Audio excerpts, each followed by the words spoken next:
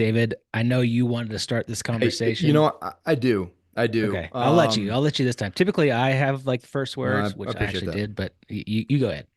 No, I appreciate that. And technically you did have first word, so we're still Yeah, on track. We're still on still on script. track. John, first off, amazing, amazing book. Absolutely loved Fighting Shadows. Just so profound. One of the things you guys talk about in there, there's a lot of things you talk about. It's very specific to men, loneliness, friendship, and I'm just wondering, I would love a new best friend. And I'm not saying that we just fast forward through all the years of building and bonding and time to become best friends, but would you be interested in taking that journey with me? No, John, say no. It's Well, listen, mate.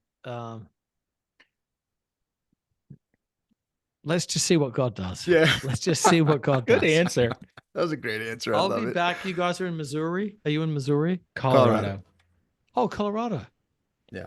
Gotcha. Well, I'll be in Colorado in January. Maybe we'll. Well, Maybe we'll that. we'll, we'll explore further then. Okay, good. Let's explore further. Yeah, John, we'll yeah, explore further then. I'll just tell you right now, it's a lot of work. It's a lot of Mm. Okay, work is it? being Well, being David's like best agape friend. love, mate. Other-centered, sacrificial care. I mean, that's the nature of it. Yeah, yeah, that's fair. I, That's I fair. make I'll make you better. Is what I hear. I'll make Thank you you. closer to God through Thank you. the expression of trial and love.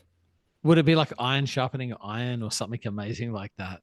That's right. 100%. Yeah. Yeah. Yeah. 100%. Oh, hey, well, let's dive in. Let's skip all Okay. the funny stuff, but we want to dive into this book. But first, can you just give a little bit of background about who you are, what you do, who is Jon Tyson? Yes, I am an Australian American. Grew up in Australia. I moved to the US to study theology when I was 20. I'm a butcher by training, so I dropped out of high school to do an apprenticeship in the meat and culinary arts, which comes in very handy twice a year, carving that Thanksgiving turkey and the Christmas meal. It's like all those years of practice. I became a Christian when I turned 17. I became a Christian in an incredible move of God in a Pentecostal church, Assemblies of God. I have been married for 26 years, married an American. I have two kids. I've got a son who's 24. He lives in New York City. He serves on our church staff. I have a daughter who's a senior in college, about to go to grad school down in Tennessee. And I pastor a church called Church of the City in New York. I've been there for 20 years. I've written a few books. I am passionate about prayer and awakening. I'm passionate about working with men, fatherhood, passionate about the church. And I smoke a lot of cigars, listen to a lot of jazz music, and ride a Harley Davidson like a typical white middle-aged dude There you trying to go. find something in his heart. Yeah. Oh, that's so good. I love that. I love that. And Stu, your brother-in-law, we have been we have other people in our lives that are close that are Australian Americans, We do. pastors as well, which is That's which is right. Who have you fascinating. got? Who have you got? Tell me who you got again. My brother-in-law is from Australia, and his name is Joel Megley. He married my sister. Is he in Colorado? No, he lives actually in Wisconsin right now. They were Oh, they were missionaries. They lived in Vietnam for quite a few years, yeah. Okay. and they've now moved back. And he is a professor at the Bible College in Wisconsin for Hmm. Ethnos 360. Okay, wonderful. Yeah, Yeah, so very cool. we Well, learn all hey, of the fun Australian sayings The from him. lingo. The That's the right. lingo. lingo. Yeah. John, I want to dive in. So we are specifically wanting to talk about Fighting Shadows, which both Stu and I, it's funny as I read the book, and then last night as I was preparing for today, I was going back through some chapters and just looking for some specific lines. I was like, man, I cannot. I didn't even. I read it diligently, and I didn't even scratch the surface mentally. Just the depth of the book. My brain could not handle all the goodness. And so as I went through again, I'm like, man, I'm going to take this book section at a time and dive in because I think every single chapter there's and so to be specific, you talk about the shadows of despair, loneliness, shame, lust, ambition, futility, and apathy. And each of those chapters, you start with a truth, or I'm sorry, a lie and a truth, and then you go deep. And it was such I mean, it was a master class level on these topics. And so I'm committing here on the podcast that I will go back and revisit these and because I think there's so much richness that to apply even a little bit of it can be life changing. But specifically, and it just works out this way. This is how God works. I think Stu and I, the shadow of ambition was so fascinating. And it's something that you highlight and that we completely agree with, that it's just not a topic that's widely spoken about. It's not widely understood. And so I asked, hey, can we narrow this down to one section and talk about it? And you're like, well, hey, man, that's my favorite chapter. I wrote it anyways. And so I think it just works out beautifully. But let's dive in, because I think this topic is so misunderstood. And for all of our listeners, go get the book. We're just going to scratch barely the surface of the surface of the surface today, and there's so much richness that you need to grab the book. But let's talk about ambition, and if you don't mind, start kind of like you do with the book, the lie, the truth, and then let's dive in. Does that work? Well, yeah, I want to say one thing. First of all, I appreciate that those kind of words about the book.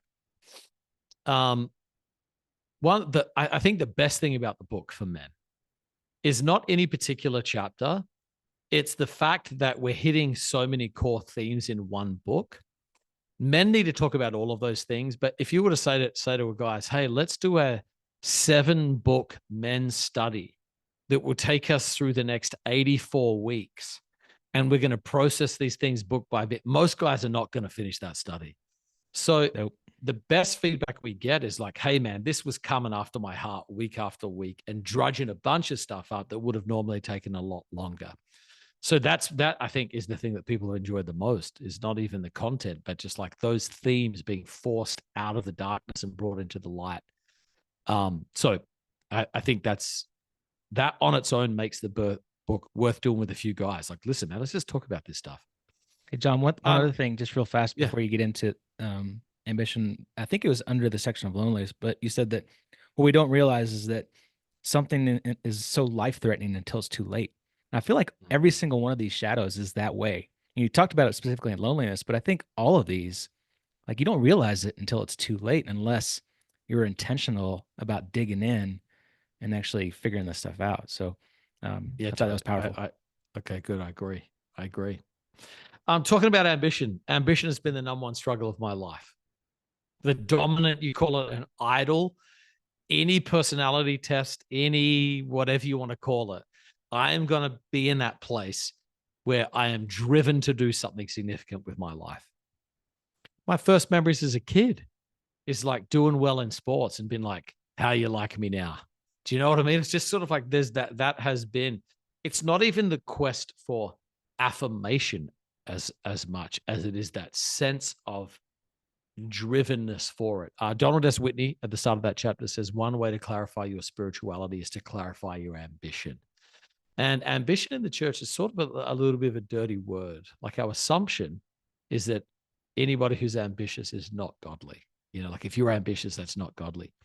James K.A. Smith sort of responds by saying, when you really examine it, the opposite of ambition is not humility, it's cowardice, it's fear.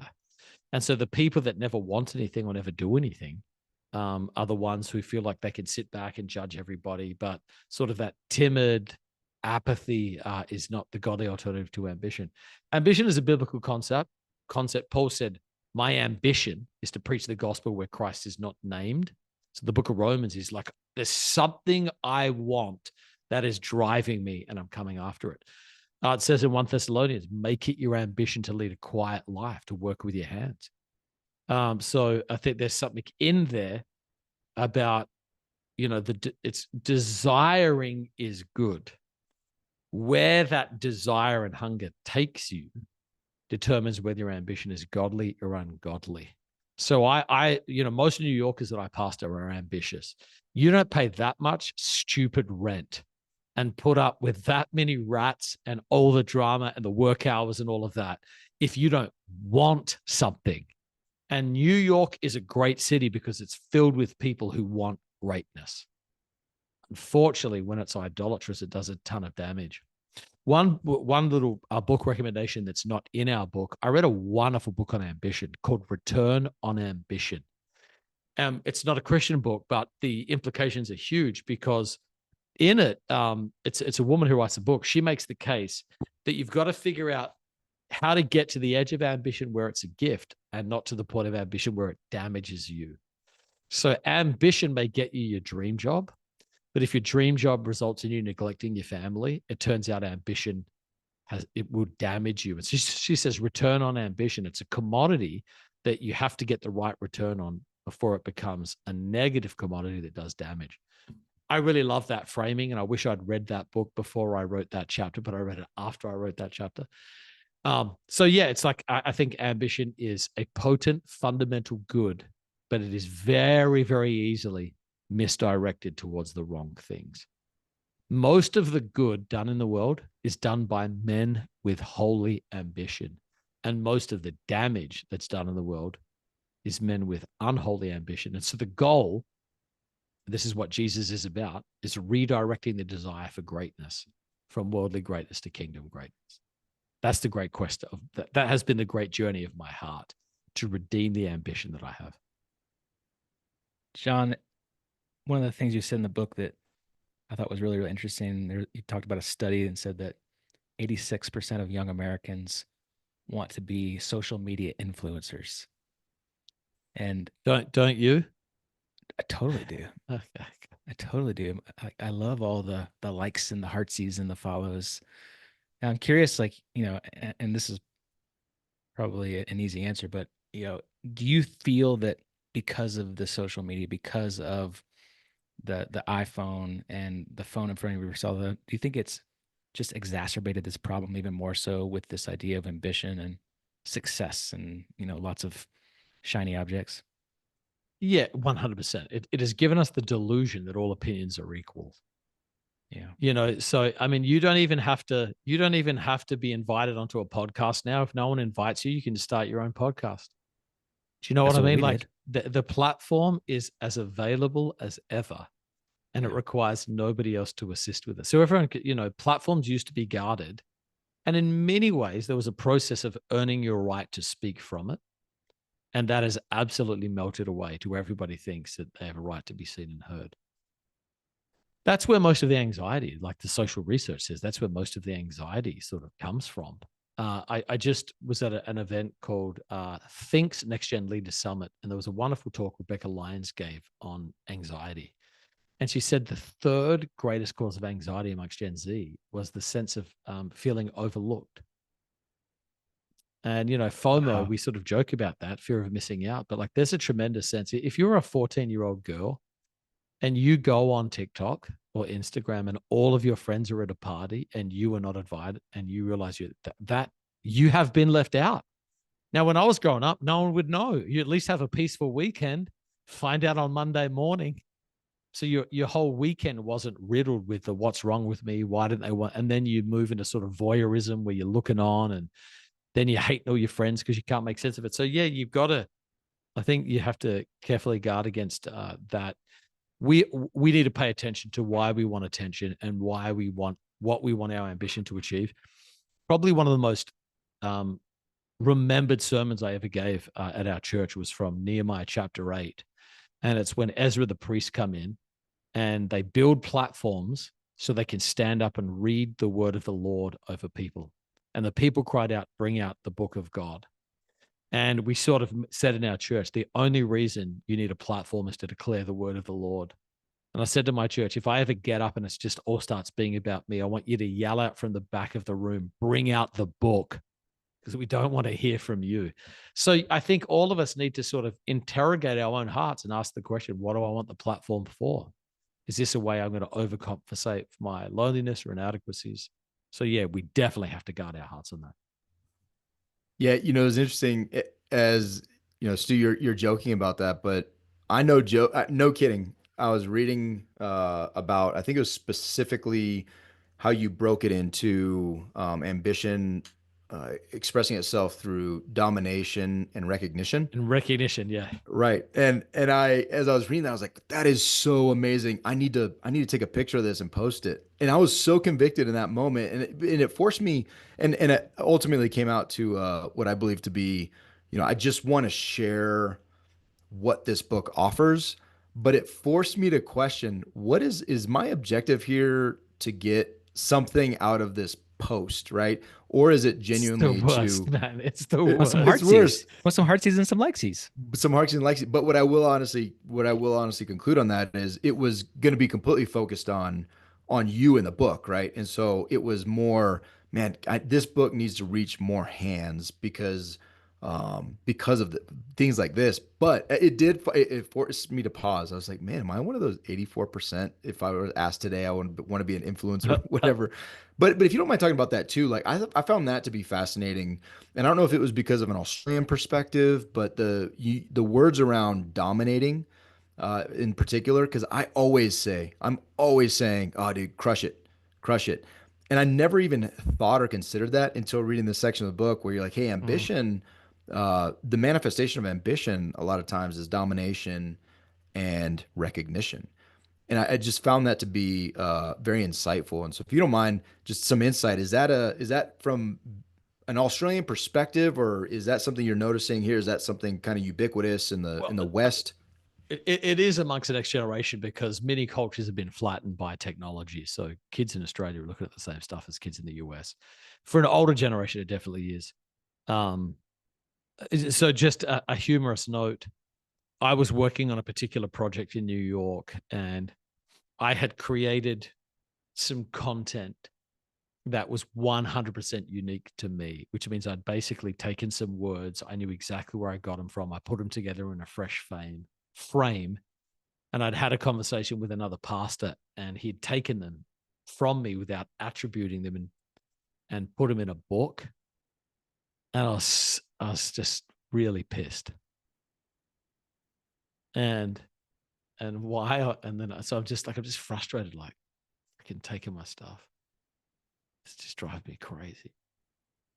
That was mine. My stuff would have been better than his stuff.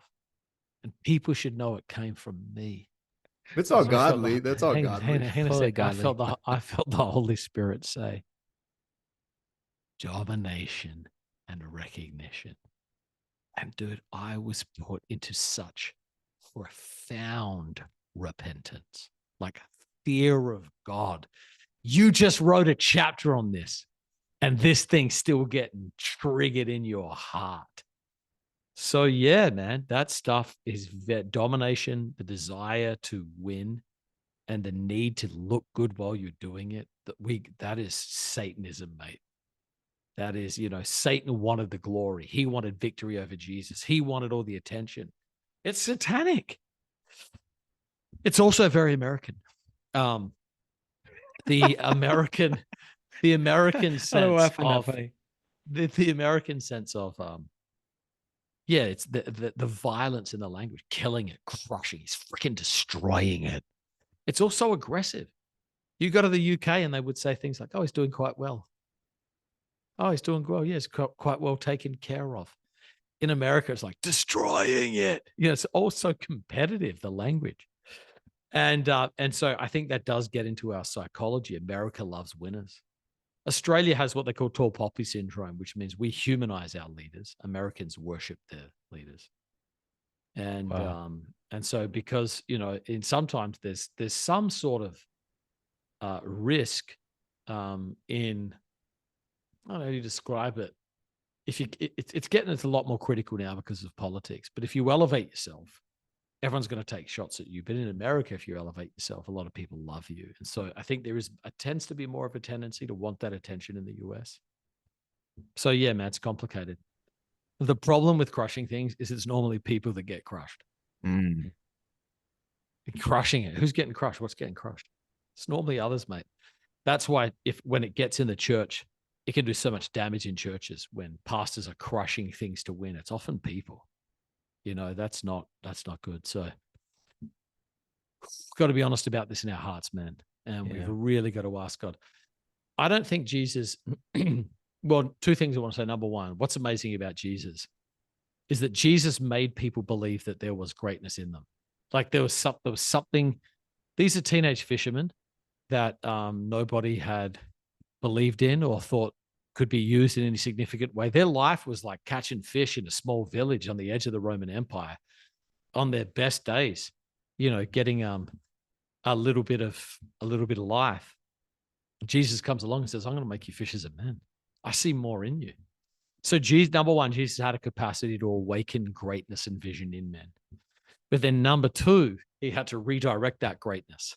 You think about this. This one is so wild. He's just washed their feet. This is the Last Supper. And it says a dispute arose amongst them as to which one of them should be considered the greatest. It's got to be like, I just washed your feet. And now you're fighting. I'm about to go to the cross. And you guys want to fight about who's the greatest? And so then he says, you know, the Gentiles lord it over one another. This should not be amongst you. Greatness is about servanthood. Greatness is about being last. Greatness is about laying down your life. So again, I think that's really funny. So why not just resist ambition? You know, us godly men, you know, let's just not try to like succeed in life and do well and, you know, be wealthy and you know, do all kinds of really great things in the world. Well, the problem with that is that if you don't get redeemed ambition, you will live in a world absolutely controlled by ungodly ambition. So it's if you withdraw and you become passive, all you say to the rest of the world is, I want your ungodly ambition to dominate and dictate reality. And it turns out there's not many godly blokes at this point, mate. Not many of the billionaires that I'm aware of are godly. There's a few, but not many, you know? So you've got, I think the key is to redeem our ambitions, to convert it from unholy ambition to holy ambition. And in the chapter I talk about, it's sort of based on the life of Nehemiah, because he's probably my favorite leader in the Old Testament. Massive impact, normal bloke, not a priest. And then all of a sudden he gets a vision and he's just completely drawn into it and transformed. And it's a vision. It's a staggering vision that shapes history. So if he didn't have that holy ambition, mate, it would have been the status quo. Well, and I'll never look at Nehemiah the same again. You know, Stu and I are wrapping up the Bible in a year, and so we're kind of at the end of the New Testament, Old Testament, just the way it's framed, and just my eyes have been open in different ways reading it this time through. And I'll tell you, Nehemiah, it was fascinating. You know, the way that if I'm honest, I just kind of, I'm back in Nehemiah and I read it, and it did not hit me the way that you framed it in this book, and it was absolutely incredible, and it made the study of Nehemiah so much more rich, right? It just made it with a different context. That's like, oh, dude, this guy was a guy of ambition, and my question comes from that. Actually, before I go to the question, you touched on this quote, but I think this one hit me right between the eyes, and I wanna bring emphasis to it again. So you said the opposite of ambition is not humility; it's sloth, passivity, timidity, and complacency. And you said we sometimes like to comfort ourselves by imagining that the ambitious are prideful and arrogant, so that those of us who never risk, never aspire, never launch out into the deep get to wear the moralizing The mantle of moralizing mantle. humility. Dude, Yes, so yeah. good, man. The moralizing mantle of humility. But this is how you wrapped up this. I think you were quoting somebody else. That's James K. Smith, yeah. Yeah. But this imagining is often just thin cover for lack of courage, even laziness. Playing it safe isn't humble. And that was so powerful. I had to read that again and again. Obviously, I took it down in my notes because I think we have this strange, it's almost like when we talk about money, right? And people misquote the Bible. Oh, you know, money's the root of all evil. That's not what the Bible says. And I think ambition is very similar to how we deal with and how we reflect it and moralize the moralizing mantle of humility. I love that. But one of the things that goes to the question is you highlight to get out of this, to get to the root of it, what Nehemiah did is learning to ask kingdom questions. And I found that to be fascinating because I think a lot of us want to give opinion. We want to give opinion, our perspective, as you said, get online and post all these things that I think. But in reality, the power comes through the questions. Do you mind talking on that a little bit? Well, Sam Gibson, one of the pastors at our church, says, you know, the questions you ask determine the culture you create. And so what are most of our worlds focused on? How can I get a bit more money? How can I get a bit more rest? It's like it's me, me, me, me, me. And if questions are always coming back to you, you're going to have a very self-centered life. the people that shape history are the ones who ask different questions. And in that question, Nehemiah, so he says, how are the remnant who returned? And he's showing that the horizon of his concern exceeds beyond the boundaries of his own life. And again, most people's horizon of concern never gets past, do I have enough money? Are my people good? Am I happy? And those are they're not wrong questions. They're very small questions. And I think what God's looking for, this is quoted in the book of Jeremiah, it says, "O Jerusalem, who will weep for you? Who will inquire and ask how you are?" God's always wanting to find people who are questioning what he's questioning and caring what he's caring about. And the size of our questions is often a revelation of the size of our hearts, the size of our vision. I think the modern man is just saying, not my people, not my problem. And I think God's saying, my people, my problem. And he's just looking for people who will care about that. So yeah, it's way more about being curious and less judgmental and more open to what's happening. So yeah, I mean, it could be anything. You're in your local community. Instead of saying like, why do those kids act like that? Instead of asking, I wonder why they haven't been formed. What's happened to them in their history that has brought them to the point? Instead of judging someone for not providing you the service you want, you ask the question, I wonder what the underlying stress, tension, and trauma that person's been through in their heart that's causing them to react like this. Just different kind of questioning results in a different kind of reality. So ultimately, our questions sort of determine the world we live in, the things we pay attention to, and what we love. So yeah, another way to evaluate your spirituality is to ask, what are you questioning and most concerned about? In that chapter, I try and talk about how if it shows up in our prayers too. Most of us reverse the Lord's Prayer. So we just start with like, keep me safe. I'm just getting killed here with temptation. And I got all of these needs and people are driving me crazy. I need relational relief through forgiveness. Also, God, yes, Father, your kingdom, your glory. Like our prayers are all disordered around ourselves. So I think God is always honored. Yeah, I mean, you know what this is like. I don't know if you guys have kids, but if you have kids, when you walk in the room, they're like, can I have money? Can I have the car keys? Why? Can you imagine if you came in and one of your kids just sat down and said, hey, just take a little minute here. What's on your heart for this family? What sort of generational influence are you trying to leave through our home? And how can I align under that vision? You would just be going, would you like a new car? Which college would you like? You would rush towards them because they're aligning their interests with yours and they're caring about something bigger than just themselves. I think in many ways, God probably feels the same way. He's asking, who's going to care about what I care about? You know, this is the whole cry of the Old Testament. Where are the watchmen on the walls? Where did the watchmen go? Is there none? I sought for a man. I couldn't find any. No one seems to care about what God cares about.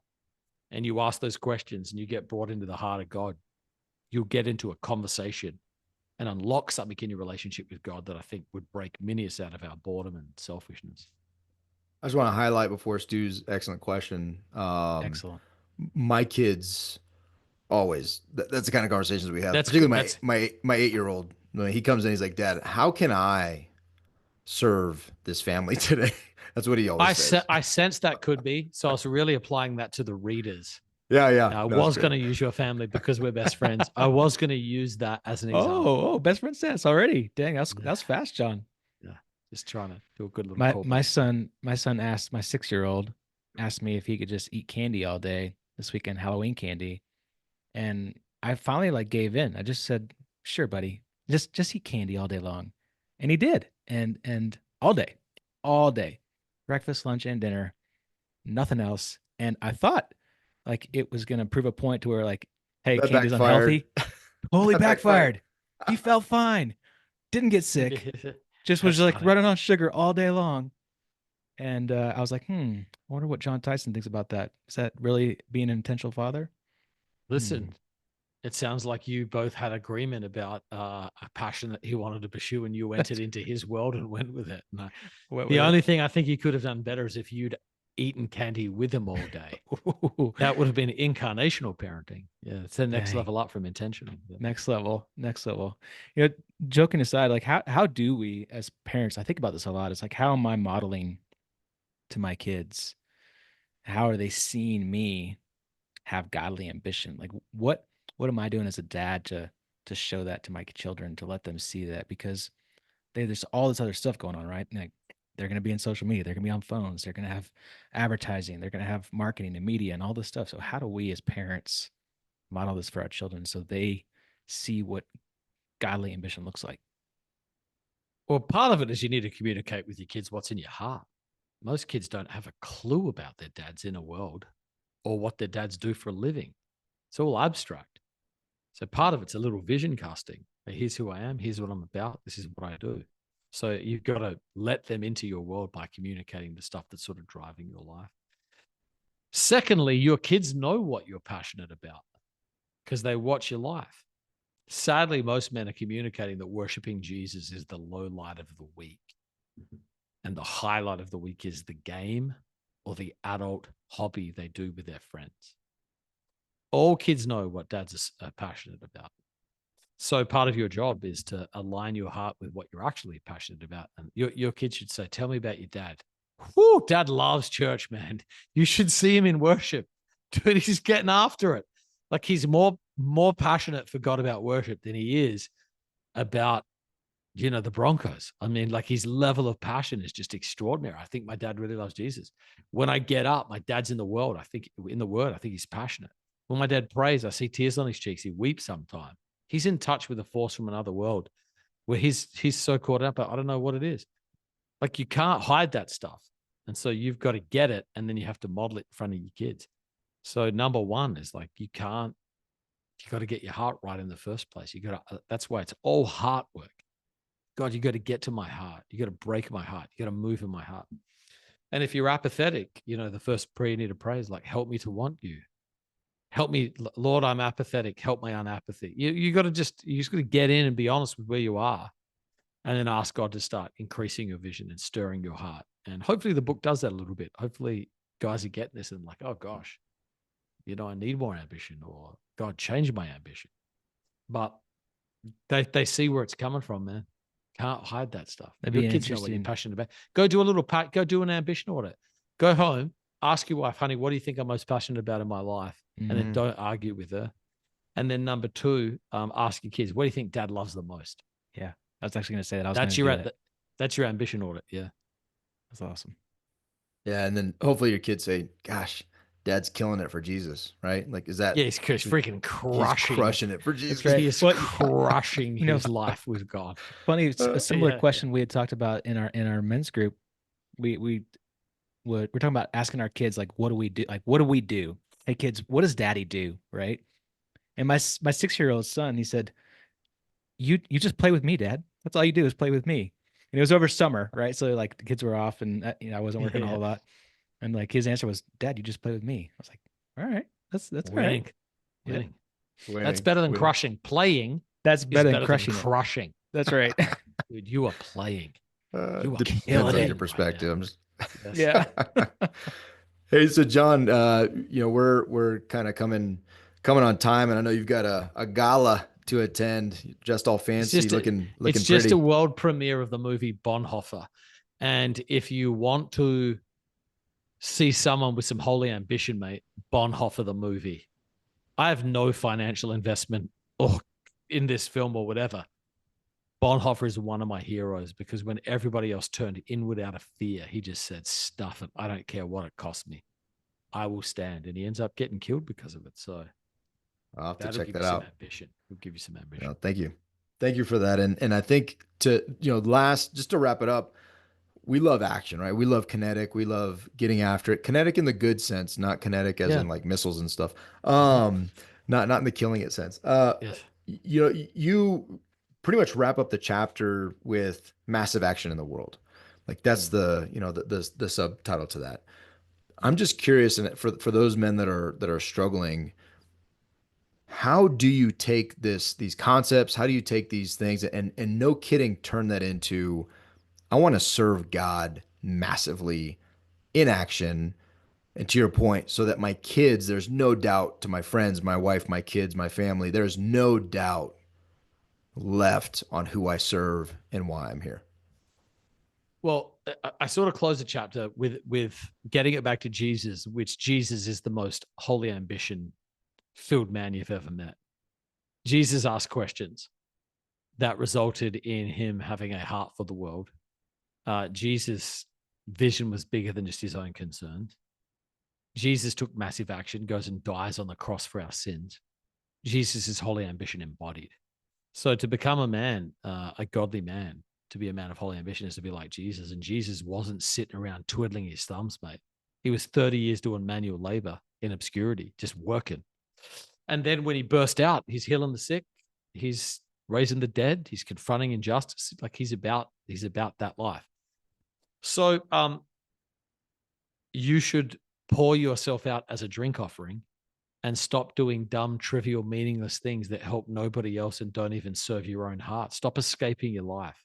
Stop numbing your life. And we are very good at relaxing. We are not good at renewing. And so I think part of it is just getting back in time, sort of contemplation, not self-obsession, but just turn the Netflix off, turn the game off, and just walk around just for a minute and just go like, what am I doing with my life here? Is this the marriage I want? Am I the kind of dad I want to be? Does God seem distant or close? And then you got to channel your frustration with your life into, you need to convert the angst into action. You need to use it as fuel for change. There's two things that move the world: hope and hate.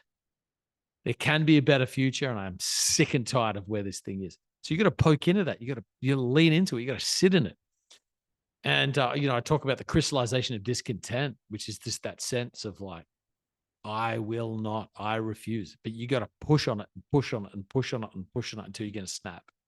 And most men do not feel the permission to get that deep into their emotions and their frustration. Well, I want to be a good guy. Well, I don't want to screw up my life I've built. It's all just muting their true selves. And I promise you, your wife is looking for your heart to be fully alive. She can handle it. What she doesn't want is you mailing it in out of duty. So yeah, you've got to get away from the distractions, get away from the numbing agents, sort of get alone. I don't know how you do this. I do this a lot on a motorbike. I listen to soundtracks from music. They call this, psychologists call this states, where you leave a movie and you're like all inspired. Try and get in that state to be inspired about your own life, and then you use that to take massive action. So then you start putting your ambition in your schedule. You start taking out things that don't matter. You start weeding out the trivial stuff that's not driving your mission forward. You start putting those things in, you start getting a little bit of momentum. You start getting a little bit of resistance. Like, oh, good, I'm getting in a fight now. It means I'm getting some opposition. I'm getting somewhere. Then and then you just keep moving forward, man. You build a kind of spiritual momentum based on that, and you'll never know where it will leave you. I had no idea when I'm a teenager in Australia, poking on that holy discontent that God's going to bring me to America. I had no idea when I kept poking on that I'm going to end up in New York City and be here for 20 years and feel like I'm just getting started. I had no idea, mate. But I had a lot of other options. I could have just watched TV, could have just gone surfing all the time. And there's a lot of breathtaking lives hidden underneath our boredom and our distractions. And I just would say, redeem that time. You owe it to yourself. You owe it to your family. You owe it to God. You owe it to your community. To redeem those small things that don't matter and ask God to exchange those for things that really do. If you do that, you'd be amazed what happens. Man, what a great way to end with that challenge. Love it. Jon, where do we send people to get the book and learn more about you? You can go to jontyson.org, which my publisher made me create that website so people could find me, jontyson.org. You can also just go to Amazon or whatever, wherever you buy books. Just go to Fighting Shadows, Jon Tyson, Jefferson Bethke. Amazing, man. Well, like David said, fantastic book. Absolutely loved it, guys and gals. Go get it, read it. Jon, thanks for your time, man. Great chat, and thanks so much. See you. Thank you, Jon.